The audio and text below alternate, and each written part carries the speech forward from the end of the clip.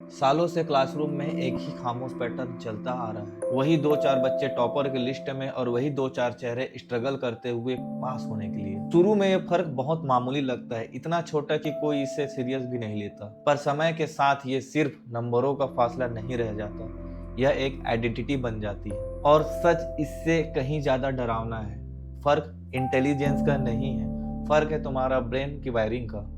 और ये वायरिंग तब शुरू हुई थी जब तुम सिर्फ पैटर्न रिकॉर्ड करना सीख रहे थे। याद करो जब तुमने पहली बार क्लास में एक सही जवाब दिया था और पूरी क्लास तुम्हें देख रही थी। उस पल तुम्हें कितनी अच्छी फीलिंग्स आई थी। लेकिन उस मोमेंट में सिर्फ इमोशन नहीं बना, तुम्हारे ब्रेन ने डोपामिन रिलीज किया और तुम्हारे सबकॉन्शियस ने इसे चुपचाप रिकॉर्ड कर लिया।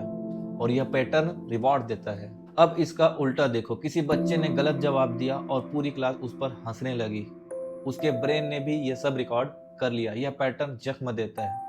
ब्रेन क्लासरूम की इंसल्ट और किसी गहरी इंजरी में फर्क नहीं समझता। उसके लिए दोनों ही थ्रेट है और यहीं से तुम्हारे फ्यूचर की प्रोग्रामिंग शुरू हो जाती है। न्यूरोसाइंस कहती है कि तुम्हारा ब्रेन एक प्रिडिक्शन मशीन है। इसका मकसद सक्सेस पाना नहीं, इसका असली मकसद है सुरक्षित रखना और रिवॉर्ड रिपीट करना। जब एक बच्चा बार बार छोटी छोटी जीत एक्सपीरियंस करता है तो उसका प्रीफ्रंटल कॉर्टेक्स मजबूत होने लगता है। इसे अपने ब्रेन का सीईओ समझो। यही हिस्सा तुम्हारा फोकस, तुम्हारा डिसिप्लिन और तुम्हारे लॉन्ग टर्म फैसले कंट्रोल करता है। लेकिन जो बच्चा बार बार फेलियर एक्सपीरियंस करता है उसका अमेगडाला हाइपर एक्टिव हो जाता है। अमेगडाला ब्रेन का एक सिक्योरिटी गार्ड है और जब सिक्योरिटी गार्ड कंट्रोल अपने हाथ में ले लेता है तो ब्रेन ग्रो नहीं करता है। ब्रेन सिर्फ प्रोटेक्ट करने लगता है। वो चुनौतियों को टालने लगता है और रिस्क लेना बंद कर देता है। यहीं से आइडेंटिटी लूप शुरू होता है। तुम्हारा ब्रेन लॉजिक से पहचान नहीं बनाता, ब्रेन रिपीटेशन से पहचान बनाता है।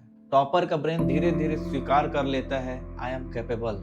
स्ट्रगलर का ब्रेन यह मान लेता है कि आई एम वीक, मैं कमजोर हूँ। यह कोई इमोशनल ख्याल नहीं है, यह एक न्यूरल सर्किट है। और एक बार आइडेंटिटी सर्किट बन जाता है तो ब्रेन उसी पहचान को डिफेंड करने में लग जाता है। टॉपर किसी चैलेंज को एक मौके की तरह देखता है क्योंकि उसका ब्रेन एक रिवॉर्ड की उम्मीद करता है। वहीं स्ट्रगलर उसी चैलेंज को खतरे की घंटी समझ के देखता है क्योंकि उसका ब्रेन पुराने दर्द की उम्मीद करता है। फर्क मेहनत का नहीं है, फर्क एक्सपेक्टेशन का है। टॉपर कोई अवतार लेकर पैदा नहीं होते हैं, बस एक लूप क्रिएट कर लेते हैं। छोटी जीत डोपामाइन बनाती है, डोपामाइन मोटिवेट करता है और मोटिवेशन से रिपीटेशन पैदा होती है। यही न्यूरल स्ट्रेंथ और सक्सेस का असली मैकेनिज्म है। लेकिन दूसरी ओर स्ट्रगलर भी एक लूप बना लेता है। उनका फेलियर स्ट्रेस बनाता है, स्ट्रेस से पढ़ाई अवॉइड होती है और अवॉइडेंस से धीरे धीरे ब्रेन ग्रोथ नहीं सिर्फ सर्वाइवल चुन लेता है। लेकिन सबसे ताकतवर सच ये है कि वायरिंग परमानेंट नहीं होती।